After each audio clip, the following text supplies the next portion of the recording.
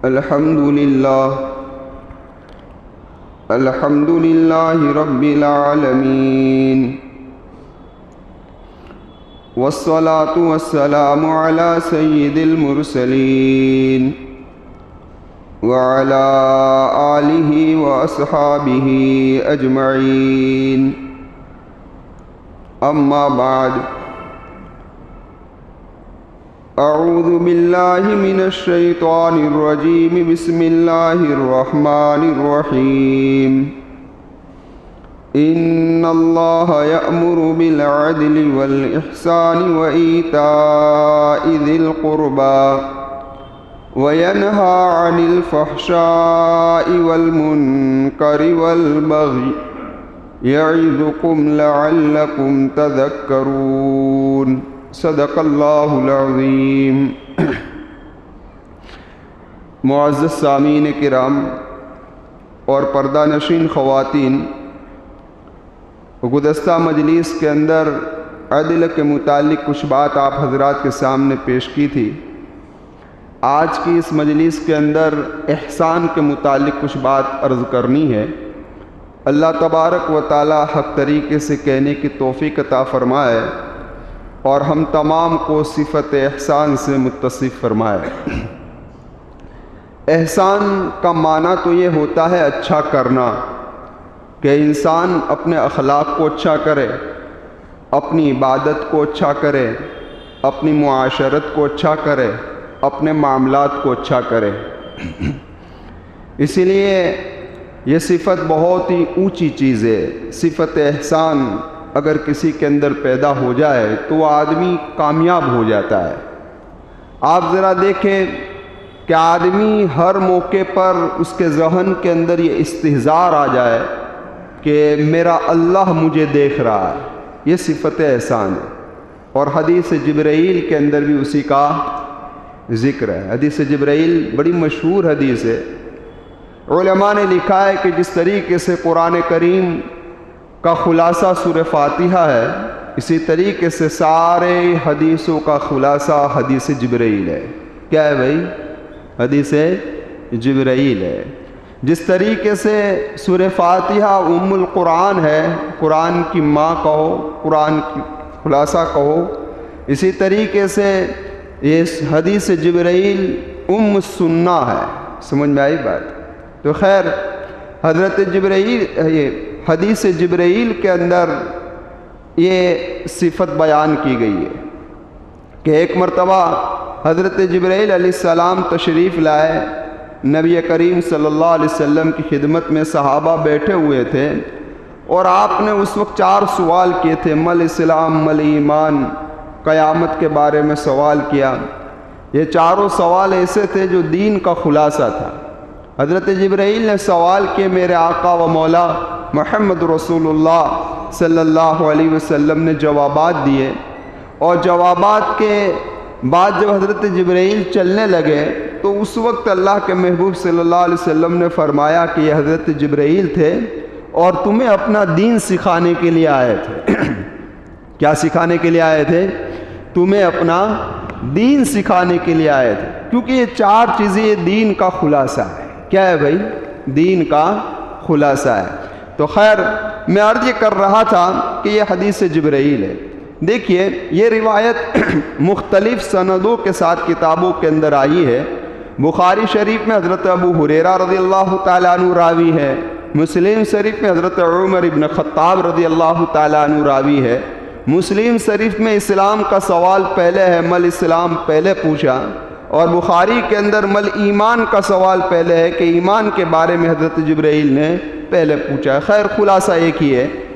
حضرت عمر ابن خطاب رضی اللہ تعالیٰ عنہ فرماتے ہیں کہ ہم لوگ نبی کریم صلی اللہ علیہ وسلم کی خدمت میں بیٹھے ہوئے تھے، ایک آدمی آیا۔ کیا کہا؟ رجل، ایک آدمی آیا۔ اب کیا کہ اس نے بڑا سفید لباس پہنے رکھا تھا اور اس کے بال سیاہ تھے۔ کیسے تھے؟ بال سیاہ تھے، لباس بالکل سفید تھا، اور اس کے جسم پر سفر کا اثر نہیں تھا کہ ہمیں معلوم ہو کہ کوئی مسافر ہو، اور پھر فرمایا کہ ہم میں سے کوئی اس کو پہچانتا بھی نہیں تھا۔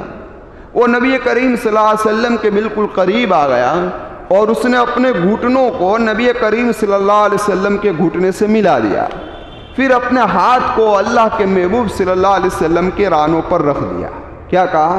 رانوں پر رکھا، اور پھر کہا یا محمد، اے محمد، ایسا خطاب کیا، اور پھر سوال کیا مل اسلام، مل ایمان، مل احسان، اس کے بارے میں پھر سوالات کیے، میرے محبوب نے اس کے جوابات دیے۔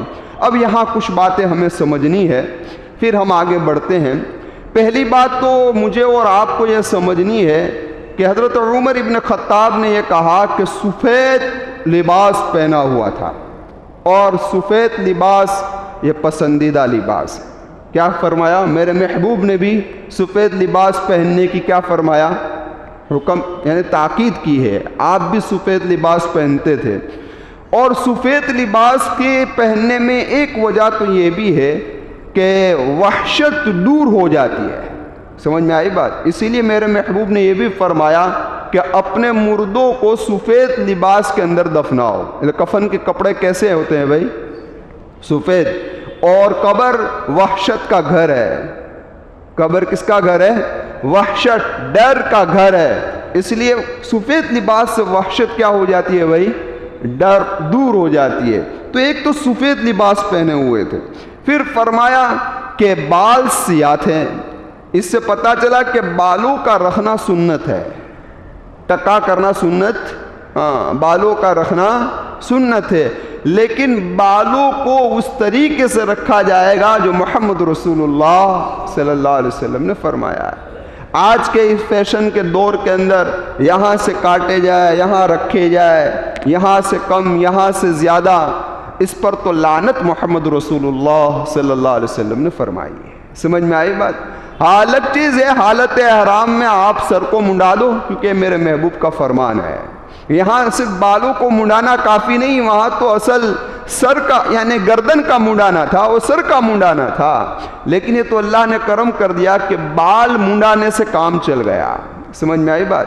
خیر، میں عرض یہ کر رہا تھا کہ بالوں کا رکھنا سنت ہے، لیکن اس طریقے سے سنت ہے جس طریقے سے محمد رسول اللہ صلی اللہ علیہ وسلم نے فرمایا ہے۔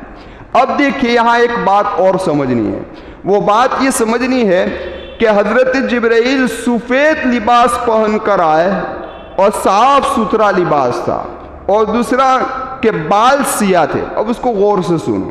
ایک بات یہ پتہ چلی کہ حضرت جبرائیل نے اللہ کے محبوب سے سوالات کیے اور میرے محبوب نے اس کے جوابات دیے۔ آپ علم کو حاصل کرنے کے لیے آئے اور میرے محبوب نے علم ان کو پہنچایا۔ سمجھ میں آئی؟ پتہ چلا کہ آدمی جب علم کو حاصل کرنے کے لیے جائے تو وہ اپنے ظاہر کو بالکل پاک و صاف کر کر جائے، اچھے کپڑے پہن کر جائے، اچھا لباس ہو۔ سمجھ میں آئی بات؟ یہ الگ چیز ہے کہ آپ کے کپڑے پرانے ہو لیکن صاف ستھرے ہونے چاہیے۔ لیکن آج یہ بڑی کمزوری، کیونکہ آدمی جب صاف ستھرا لباس پہن کر علم کو حاصل کرنے کے لیے جاتا ہے تو علم کا نور اس کے دل کے اندر اترتا ہے۔ لیکن آج ہماری یہ کمزوری ہے کہ ہمارا بچہ جب اسکول کے لیے جائے تو اچھا لباس،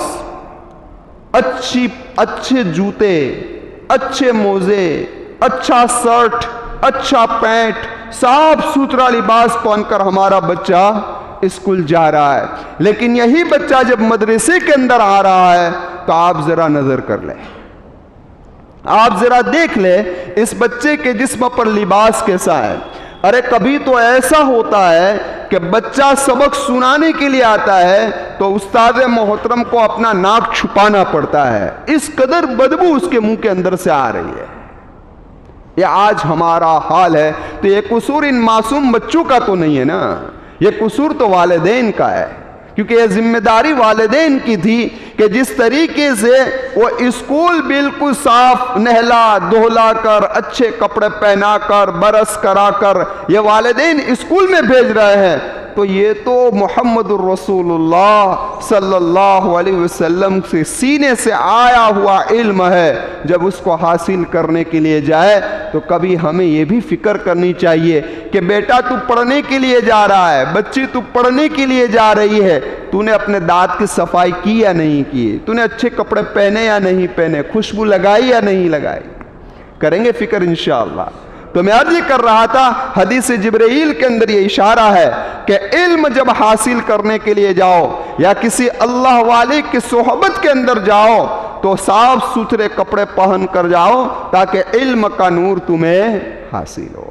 دوسری بات یہاں یہ بھی سمجھ میں آئی کہ حضرت جبرائیل کے بال سیاہ تھے, کالے تھے, تو کالے بال یہ علامت ہوا کرتی ہے جوانی کی. پتا چلا علم جو حاصل ہوتا ہے وہ جوانی میں اصل حاصل ہوتا ہے. اس وقت قوا مضبوط ہوتے ہیں, ذہن مضبوط ہوتا ہے, صلاحیتیں مضبوط ہوا کرتی ہے. اب بڑھاپے کے اندر علم تو آ جائے گا کیونکہ علم تو آدمی بچپن سے لے کر موت تک حاصل کر سکتا ہے, لیکن جو گرفت علم پر آئے گی اس کا اصل زمانہ کون سا ہے بھائی؟ سمجھ میں آئی بات؟ خیر, میں آج یہ کر رہا تھا کہ حضرت عمر نے یہ فرمایا کہ سفر کے آثار اس کے جسم پر نظر نہیں آ رہے تھے, جس سے پتہ یہ چلا کہ صحابہ سمجھ گئے حضرت جبرائیل کے آنے کی کیفیت ایسی تھی کہ جیسے کوئی یہیں رہ رہا اور آ گیا اللہ کے محبوب صلی اللہ علیہ وسلم کی مجلس کے اندر, لیکن سفر کے آثار نہیں تھے. اس لیے ہم سمجھ گئے کہ مسافر تو معلوم ہوتا نہیں ہے, مسافر معلوم ہوتا نہیں ہے. لیکن حضرت عمر کہہ رہا ہے کہ ہم میں سے کوئی پہچانتا بھی نہیں تھا. اس سے ہمیں بڑا عجیب معلوم ہوا کہ نہ سفر کے آثار ہے نہ ہم میں سے کوئی پہچانتا ہے. اس لیے صحابہ سوچ رہے تھے کہ کہیں یہ جنات تو نہیں ہے, کہیں یہ جینوں میں سے تو نہیں ہے, کہیں یہ فرشتہ تو نہیں ہے.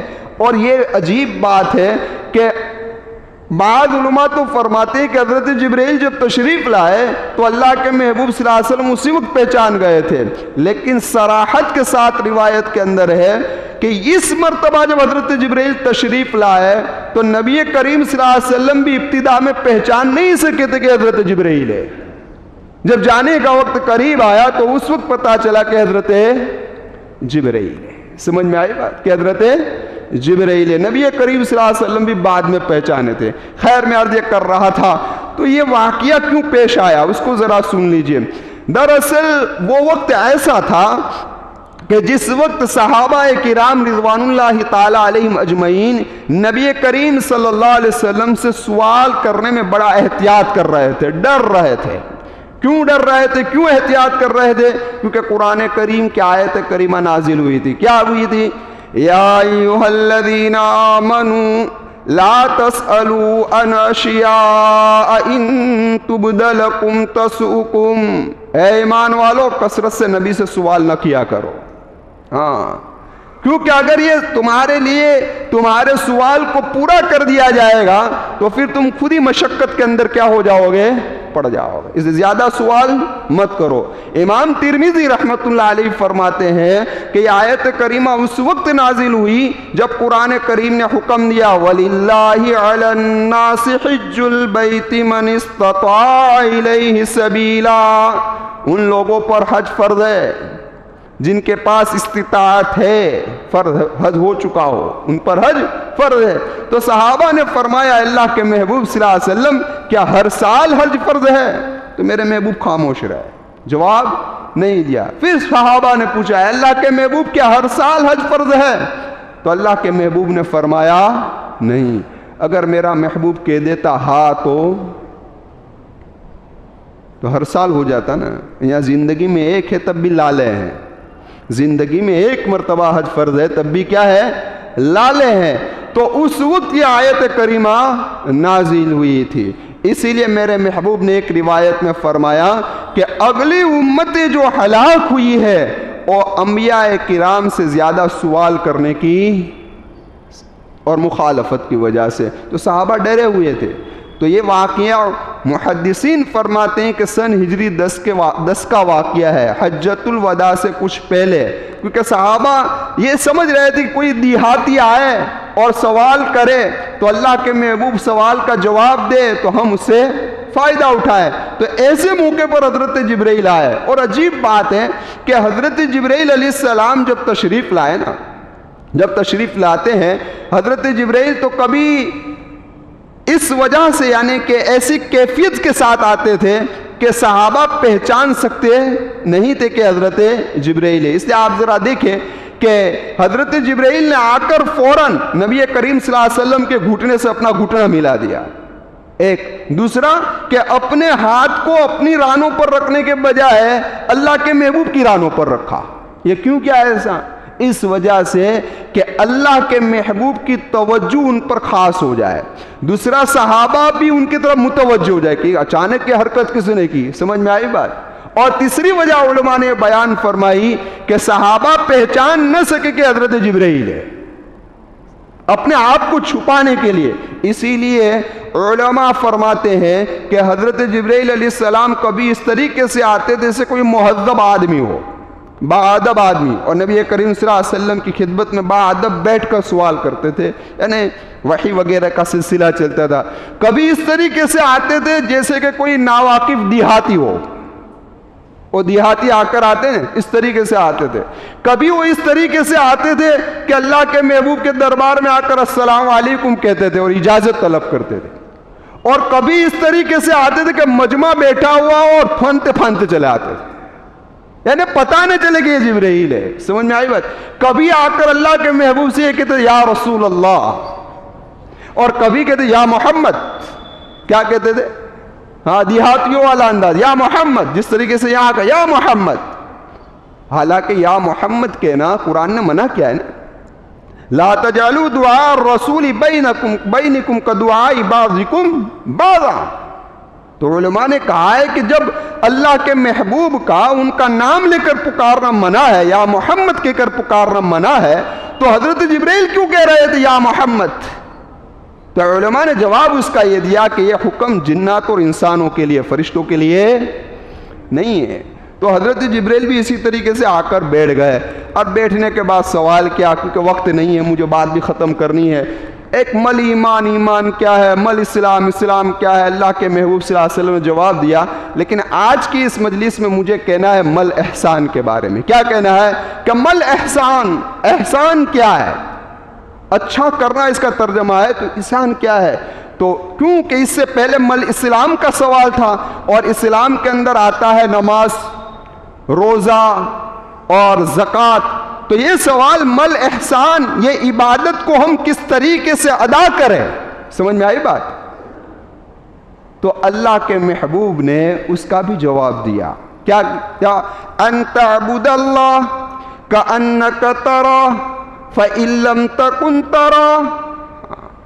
اگر تم ایسی کیفیت اپنی عبادت کے اندر پیدا کرو. اسی لیے محدثین نے لکھا ہے کہ اعمال کو اچھے کرنے کے 2 درجے ہیں. کتنے درجے ہیں؟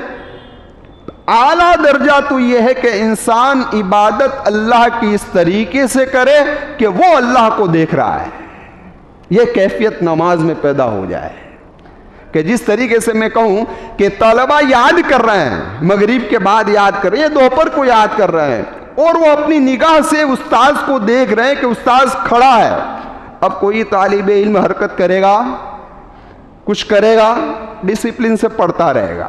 تو انسان اللہ کی عبادت اس طریقے سے کرے کہ اللہ کو دیکھ رہا ہے، اللہ وہاں پر موجود ہے اور دیکھ رہا ہے اسے.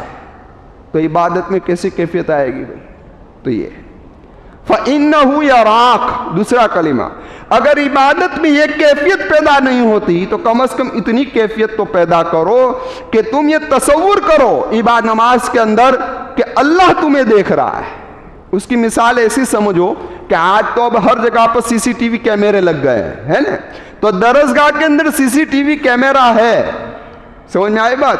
اب بچے استاذ کو دیکھ نہیں رہے ہیں کیونکہ استاد وہاں درسگاہ میں موجود نہیں ہے، لیکن ان کو ڈر ستا رہا ہے کہ سی سی ٹی وی کیمرہ لگا ہے، آفس میں سے استاد ہم کو دیکھ رہا ہے. سمجھ میں آئے؟ استاد ہمیں دیکھ رہا ہے. تب بھی یہ ڈسپلن میں رہیں گے یا نہیں رہیں گے؟ ڈسپلن میں رہیں گے کیونکہ استاد شاید دیکھ رہا ہوگا، دیکھ رہا.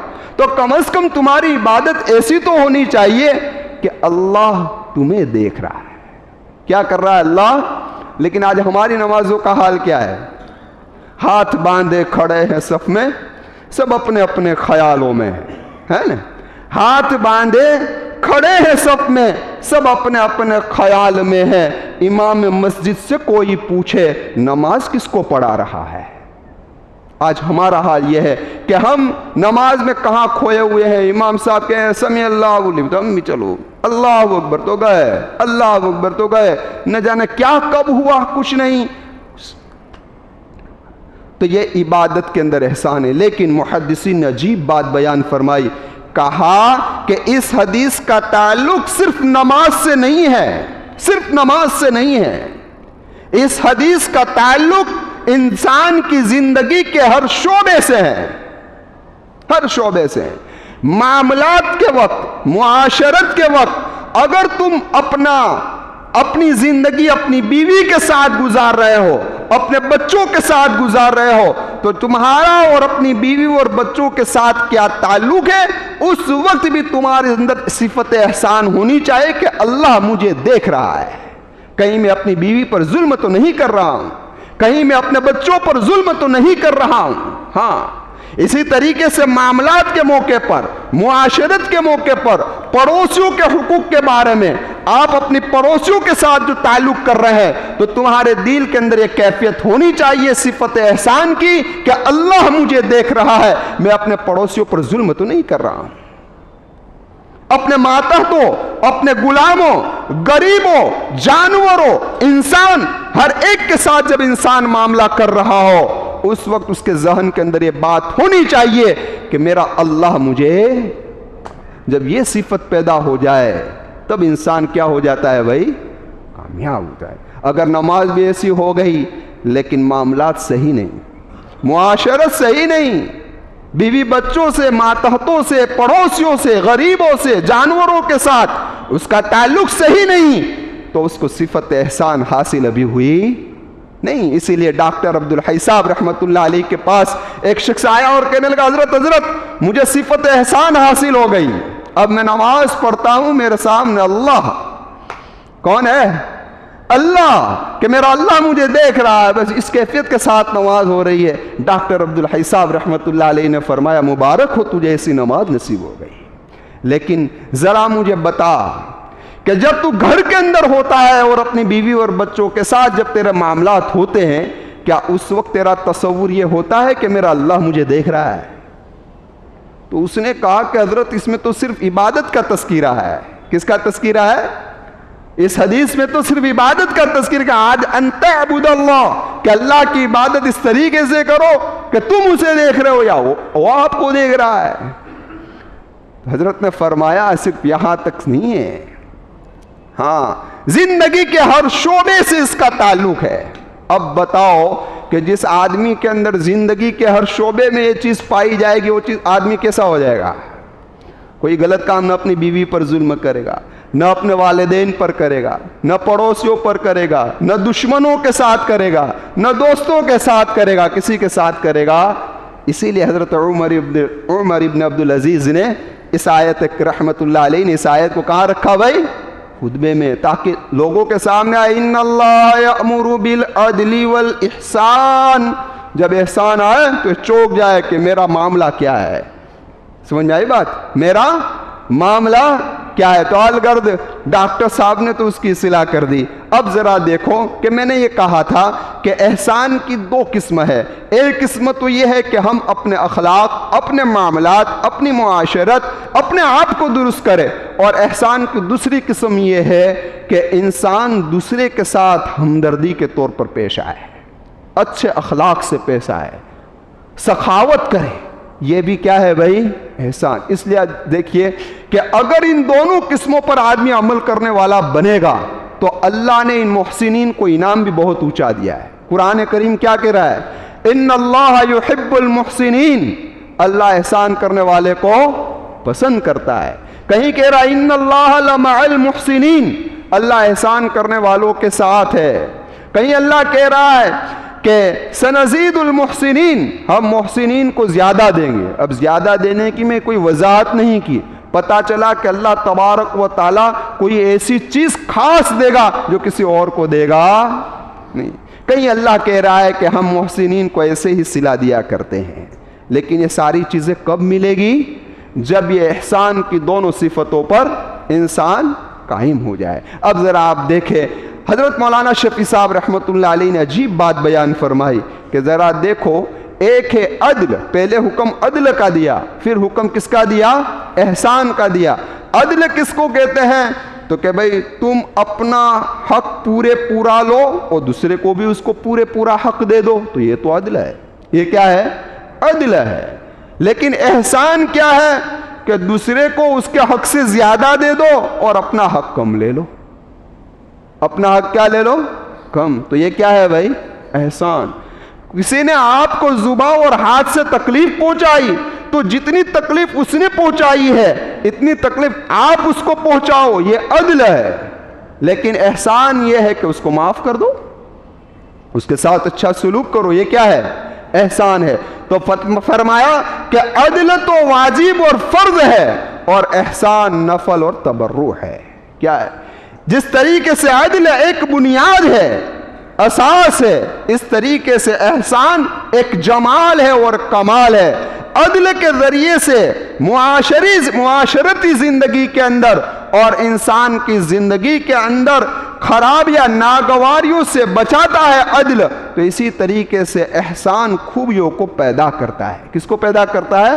خوبیوں کو. اور جب عدل اور احسان یہ دونوں چیز اس وقت حاصل ہو سکتی ہے کہ جب انسان کے اخلاق کیسے ہو؟ اچھے ہو. کیسے ہو؟ اچھے. اس لیے ہمیں اپنے اخلاق کو سنوارنے کی بات کو ختم کر رہا ہوں. ہمیں اپنے اخلاق کو سنوارنے کی ضرورت. یہ بھی احسان کے اندر آ گیا ہے. ذرا آپ سوچیں کہ خود نبی کریم صلی اللہ علیہ وسلم دعا کر رہے ہیں. کیا دعا کر رہی؟ میرے محبوب نے یہ دعا کی ہے، اللہ مجھے اچھے اخلاق کی توفیق عطا فرما.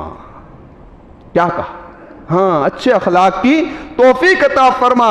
اور پھر میرے محبوب نے کہا کہ اللہ اچھے اخلاق کی توفیق آپ ہی دے سکتے ہیں، آپ کے علاوہ کوئی دے سکتا نہیں ہے. اور محبوب نے یہ بھی فرمایا، اے اللہ مجھے برے اخلاق سے بچا، اور برے اخلاق سے آپ ہی بچا سکتے ہیں. مسلم شریف کی روایت کا خلاصہ ہے. ذرا اندازہ تو لگاؤ، اللہ کے محبوب صلی اللہ علیہ وسلم اخلاق کے اونچے درجے پر تھے، لیکن یہ دعا کر رہے ہیں. یہ امت کو تعلیم دینے کے لیے تھا. لیکن آج کوئی امتی ہے جو یہ دعا کر رہا ہو، اے اللہ میرے اچھے اخلاق بنا دے. کوئی دعا نہیں، برے اخلاق سے بچا لے. آج ہم تو دعا بھی نہیں مانگ رہے ہیں.